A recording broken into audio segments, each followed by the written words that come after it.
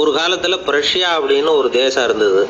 இப்போ ஜெர்மனி இருக்குல்ல, இதோட பெரும்பகுதி ஒரு காலத்துல பிரஷ்யாங்கிற பேர்ல இருந்தது. அப்போ அதுக்கு அரசரா இருந்தவர் மகா ஃப்ரெடரிக், அதாவது ஃப்ரெடரிக் தி கிரேட் அப்படின்னு சொல்லுவாங்க. அந்த ராஜாவுக்கு ஒரு சந்தேகம். நாம பல வகையான வரிகளை விதிச்சு வசூல் பண்றோம், அப்படி பண்ணி வருமானம் குறைஞ்சிக்கிட்டே போகுதே, இதுக்கு என்ன காரணமா இருக்கும்? இதுதான் அவருக்கு ஏற்பட்ட சந்தேகம். ஒரு சமயம் அந்த அரசர் தம்முடைய அமைச்சர்களையும் பிரபுக்களையும் தளபதிகளையும் கூப்பிட்டு ஒரு விருந்து வச்சார். விருந்து முடிஞ்சதும் அவங்கள பார்த்து இந்த சந்தேகத்தை கேட்டார். வரிகள் அதிகமா விதிச்சு வருமானம் குறையறதுக்கு என்ன காரணம் அப்படின்னு கேட்டார். பல பேருக்கு இதுக்கு சரியா பதில் சொல்ல தெரியல. அனுபவசாலியான ஒரு தளபதி எழுந்திருச்சார். அரசே, அது எப்படிங்கிறத இப்போ உங்களுக்கு காட்டுறேன்னார். உடனே ஒரு பெரிய பனிக்கட்டி ஒன்றை தன்னுடைய கையில் எடுத்தார். அதை அப்படியும் எப்படியும் திருப்பி பார்த்தார். அப்புறம் அடுத்தவர்கிட்ட கொடுத்தார். அவரும் அதை அப்படியும் அப்படியும் திருப்பி பார்த்துட்டு அடுத்தபடியா இருந்தவர்கிட்ட கொடுத்தார். இப்படியே இதை ஒவ்வொருத்தரா பார்த்துட்டு ஒவ்வொரு கையா மாறி கடைசியில மன்னர் கைக்கு போய் சேர்ந்தது. மன்னர் கைக்கு அந்த பனிக்கட்டி போய் சேர்ந்தப்போ அது கொஞ்சம் கொஞ்சமா உருகி ஒரு பட்டாணி கடலை சைஸுக்கு ஆயிட்டுது. மன்னர் யோசனை பண்ணார், வரி அதிகமா போட்டாலும் வந்து சேர்றது குறைவா இருக்கிறதுக்கு என்ன காரணம் அப்படிங்கிறது அவருக்கு புரிஞ்சு போச்சு. காலம்தான் மாறிட்டு இருக்கே தவிர இந்த கையூட்டு வாங்குற பழக்கம் மாறினதாக தெரியல. இன்னொரு ராஜா இருந்தார். அவர் தன்னுடைய ராஜாங்கத்துல லஞ்ச ஊழலே சுத்தமா இருக்கக்கூடாது அப்படின்னு நினைச்சார். அவர்கிட்ட பல்வேறு துறைகளுக்கும் பொறுப்பா இருந்த பல பேரும் ரொம்ப சுத்தமாகவும் நேர்மையாகவும் இருந்தாங்க. ஒரே ஒருத்தர் மட்டும் எல்லார்கிட்டையும் லஞ்சம் வாங்கிட்டே இருந்தார்.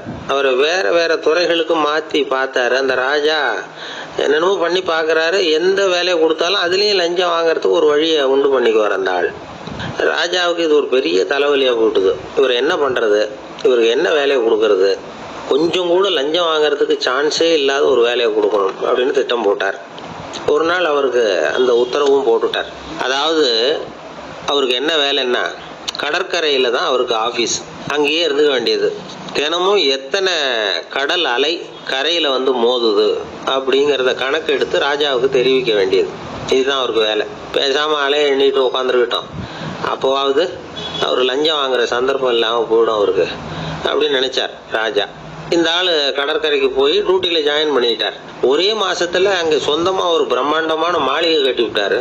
ராஜாவுக்கு இது பெரிய ஆச்சரியமா போச்சு. அலைய என்ற வேலையில அந்த ஆள் எப்படி பணம் சம்பாதிச்சார் அப்படின்னு விசாரிச்சு பார்த்தார் அக்கம் பக்கத்துல.